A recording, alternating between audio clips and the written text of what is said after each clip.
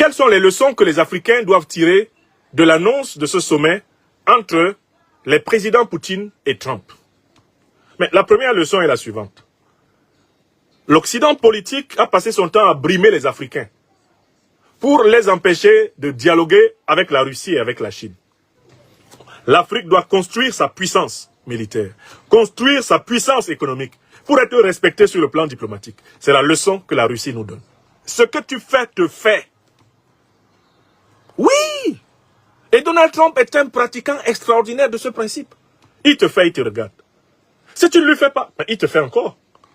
Si tu ne lui fais pas, il fait encore plus. Si tu ne fais pas, il fait encore plus que plus. Donald Trump, ce n'est pas son problème. Tant que toi, tu le laisses faire, il fait. Mais quand tu lui fais ce qu'il te fait, il dose. Vous avez remarqué? Trump, le pragmatisme. Il y a une lucarne extraordinaire pour l'Afrique. C'est maintenant qu'il faut agir. Plus tard, ça risque d'être trop tard. Il faut récupérer nos souverainetés volées de toute urgence, parce que l'Occident est en déclin. Alors que le monde entier a les yeux rivés sur ce face-à-face entre Poutine et Trump en Alaska, on se demande qu'est-ce que ça change pour l'Afrique. Dans ce passage, le professeur Franklin Nyamsi, avec son style direct et sa passion pour l'Afrique, nous balance des vérités cash. Il nous explique comment ce sommet peut être un game changer pour le continent, à condition qu'on se bouge pour saisir cette chance unique. Allez, on plonge dans ces idées bien senties pour comprendre comment l'Afrique peut enfin prendre les rênes de son avenir. C'est parti. Quelle leçon pour l'Afrique? Les présidents américains et russes ont décidé de se rencontrer dans le territoire de l'Alaska, territoire américain, qui est frontalier de la Fédération de Russie. À l'occasion de ce sommet sera débattue la guerre entre la Russie et l'Ukraine, qui est en fait une guerre entre la Russie et l'OTAN. Quelles sont les leçons que les Africains doivent tirer de l'annonce de ce sommet entre les présidents Poutine et Trump? Mais la première leçon est la suivante. L'Occident politique a passé son temps à brimer les Africains pour les empêcher de dialoguer avec la Russie et avec la Chine. Voici que le chef politique de l'Occident, la grande puissance qui chapeaute politiquement l'Occident et qui est au sommet de l'OTAN, a décidé d'aller rencontrer le président Poutine. Rétrospectivement, qui avait raison?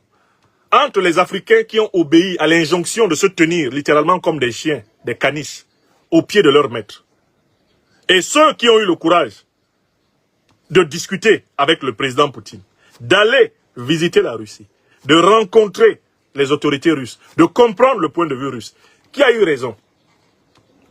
Incontestablement, ce sont ceux qui ont le courage de la rencontre, le courage du dialogue, le courage du partage d'expériences avec la Fédération de Russie qui ont eu raison. Première leçon. La politique internationale des Africains ne doit plus jamais dépendre des injonctions de l'Occident ou du Moyen-Orient. Des injonctions de qui que ce soit. Les Africains doivent crânement nouer des relations diplomatiques et stratégiques avec les puissances qui leur sont favorables. C'est-à-dire les puissances qui ne veulent pas les coloniser, les néocoloniser ou les impérialiser ou les esclavagiser. Leçon 1. Leçon 2.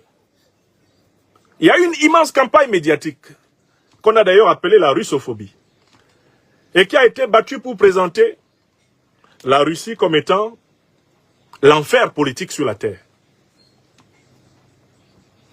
Pour la présenter comme étant incapable de tenir l'adversité, même pendant 2 mois. Il y a même un ministre ici, en France, ministre de l'économie, à un moment donné des finances, Monsieur Le Maire, qui avait dit qu'ils allaient effondrer l'économie russe. Maintenant, Donald Trump accueille le chef de la puissance russe aux États-Unis. Mais cet accueil signifie quoi? Que le grand chef de la grande puissance occidentale des États-Unis reconnaît que l'économie russe n'est pas effondrée. Pour accueillir Poutine en grande pompe, pour l'écouter au sommet, pour lui donner la possibilité d'entrer en Alaska, sur le territoire des États-Unis, il faut avoir reconnu qu'il a gagné. C'est parce qu'il a gagné sur le terrain militaire. Et c'est parce qu'il a gagné sur le terrain économique que Poutine a obtenu de négocier avec son principal adversaire et ennemi. Parce que derrière l'Ukraine se trouve l'OTAN. Et l'OTAN n'est rien sans les États-Unis. Enfin, les deux puissances qui s'affrontaient dans la guerre d'Ukraine sont face à face.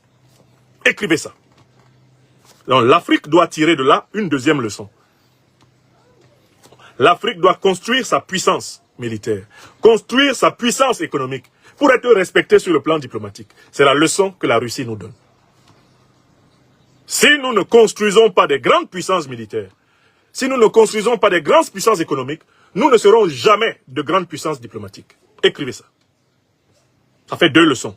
C'est pas mal. 3e leçon du sommet. La 3e leçon du sommet annoncée entre Poutine et puis Trump. Alors, cette leçon, on peut l'appeler la leçon du pragmatisme. Et cette fois-ci, c'est Trump qui la donne au monde entier. Donald Trump a beau être un président narcissique, un président fantasque, un président arrogant, parfois même grossier, un président impétueux. Donald Trump a un sens des réalités qui est très élevé. Je crois que ce sens des réalités lui vient de son habitude de négociant commercial. Parce que quand tu fais le business, tu apprends à faire les affaires avec tout le monde. Et donc, tu apprends à tenir compte de tout le monde. Parce que pour faire des affaires, là, il te faut bien évaluer ton adversaire. Qu'est-ce que Donald Trump nous apprend donc? Il nous apprend que les relations internationales doivent toujours être frappées, mais pas uniquement, d'un certain pragmatisme. L'Afrique doit être pragmatique. Il y a toujours dans les relations internationales cette dimension qui dit que si tu ne m'arranges pas, pour le dire en langage ivoirien populaire, si tu ne m'arranges pas, il ne faut pas me déranger. C'est un principe fondamental des relations internationales. Donc, les Africains doivent crânement déployer les relations internationales qui les arrangent. Et Donald Trump est en cela un maître d'école. Vous avez vu comment il fait? Il fait mine de menacer les Chinois et il trouve un équilibre avec les Chinois. Il fait mine de menacer les Européens, il trouve un équilibre avec les Européens. Il fait mine de menacer la Russie, il cherche un équilibre avec la Russie. Il fait mine de menacer le Brésil, il est en train de chercher un équilibre avec la Russie, avec le Brésil. Donald Trump, c'est un pragmatique. L'Afrique doit lui opposer un pragmatisme de même nature. C'est-à-dire que si Donald Trump fait du protectionnisme dans le cadre de ce qu'il appelle Make America Great Again, les Africains doivent faire du protectionnisme dans le cadre du projet Make Africa Great Again. À pragmatisme trumpien, que l'Afrique oppose un pragmatisme extraordinaire. Et c'est ce que le jeune président tchadien Mahamat Idriss Déby Itno a montré à son petit niveau. Vous interdisez aux Africains du Tchad de venir aux États-Unis, les Tchadiens vous interdisent de venir au Tchad. Imaginez que l'Afrique, tous les pays qui ont été concernés aient appliqué la même politique. Je suis sûr que le président Trump réviserait automatiquement ces interdictions de visa aux citoyens de ces pays-là. Si ces pays avaient réagi en chaîne, exactement comme le Tchad. Et c'est le langage que Trump comprend. Mais ce qu'il faut comprendre, c'est que c'est ce langage que le monde entier comprend. C'est un langage universel. Le langage des répliques réalistes et pragmatiques. Le langage du tic au tac. Je n'ai pas besoin de parler chinois pour comprendre ce langage. Le chinois n'a pas besoin de parler bassa, swahili ou bambara pour comprendre ce langage. Tic au tac. Ce que tu fais, te fait. Yom umbong, umbong, ouais. Le bassa dit yom umbong, umbong, ouais. Ce que tu fais, te fait. Et Donald Trump est très fort dans ce truc-là. Il te fait, si tu ne lui fais pas, il te fait encore. Mais quand tu lui fais, là il se rend compte que ce qu'il t'a fait là, il ne peut plus te le faire. Et il modifie, il dose. Les dosages réciprocitaires. Donald Trump est de ce point de vue une école pour l'Afrique. Nous devons piloter nos pays en utilisant les dosages réciprocitaires. Quelqu'un nous essaye, nous l'essayons.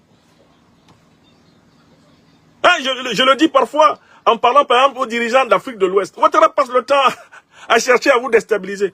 Mais quelle est la solution avec Ouattara? Mais il faut le virer. Parce que de toutes les façons, lui, il cherchera toujours à vous virer.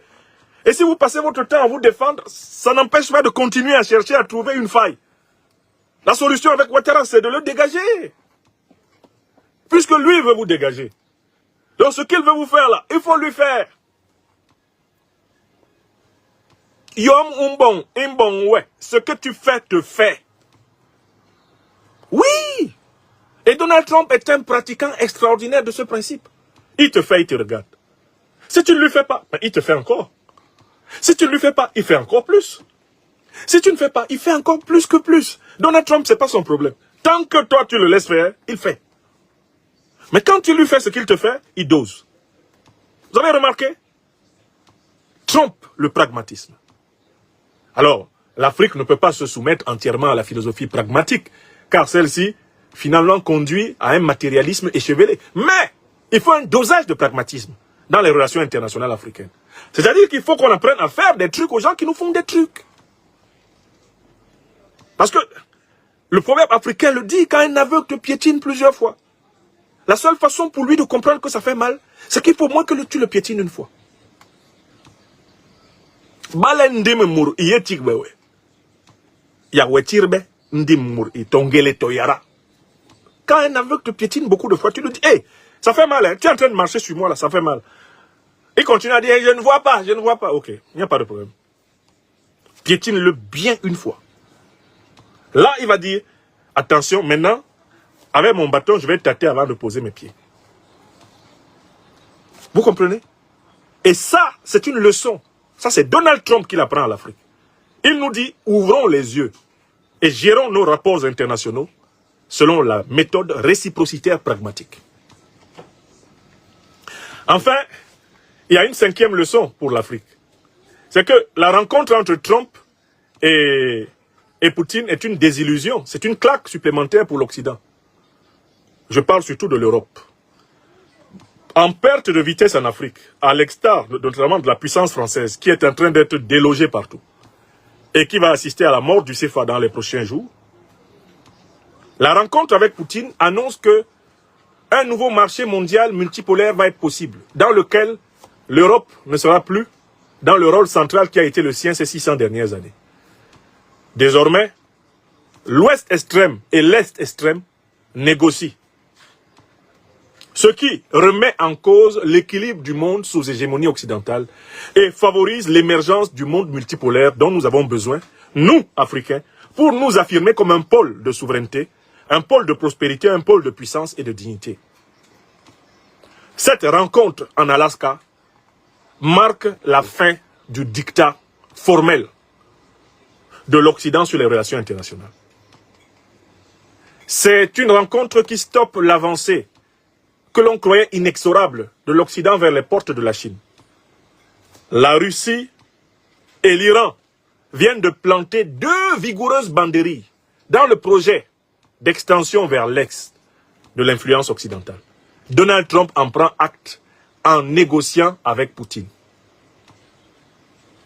Et cela, les Africains doivent saisir cette opportunité pour développer leur seuil de souveraineté. L'Occident, ces 600 dernières années, n'a jamais été politiquement aussi faible que maintenant. Il faut en profiter pour récupérer nos souverainetés volées. Il y a une lucarne extraordinaire pour l'Afrique. C'est maintenant qu'il faut agir. Plus tard, ça risque d'être trop tard. Il faut récupérer nos souverainetés volées de toute urgence, parce que l'Occident est en déclin. C'est le meilleur moment pour lui prendre ce qu'il nous a volé. Il ne faut pas attendre. Nous sommes dans une lucarne géopolitique et géostratégique exceptionnelle. Et ça, c'est ce que je voulais tirer comme leçon de cette rencontre. Maintenant, nous allons analyser les résultats de la rencontre, que nous ne pouvons pas entièrement anticiper maintenant dans notre prochaine, dans une prochaine conférence. Conclusion. À travers cette intervention, le professeur Franklin Nyamsi nous offre une feuille de route pour l'Afrique. Rompre avec les chaînes des injonctions extérieures, construire une puissance militaire et économique, et adopter un pragmatisme réciproque inspiré des dynamiques globales. Le sommet Poutine-Trump, loin d'être un simple événement diplomatique, révèle une faille dans l'hégémonie occidentale, ouvrant une fenêtre historique pour l'Afrique. C'est un appel à l'action immédiate pour reconquérir les souverainetés perdues et faire du continent un pôle de dignité et de prospérité. Comme Niamsi le souligne, l'heure est venue pour l'Afrique de se lever et de saisir ce moment décisif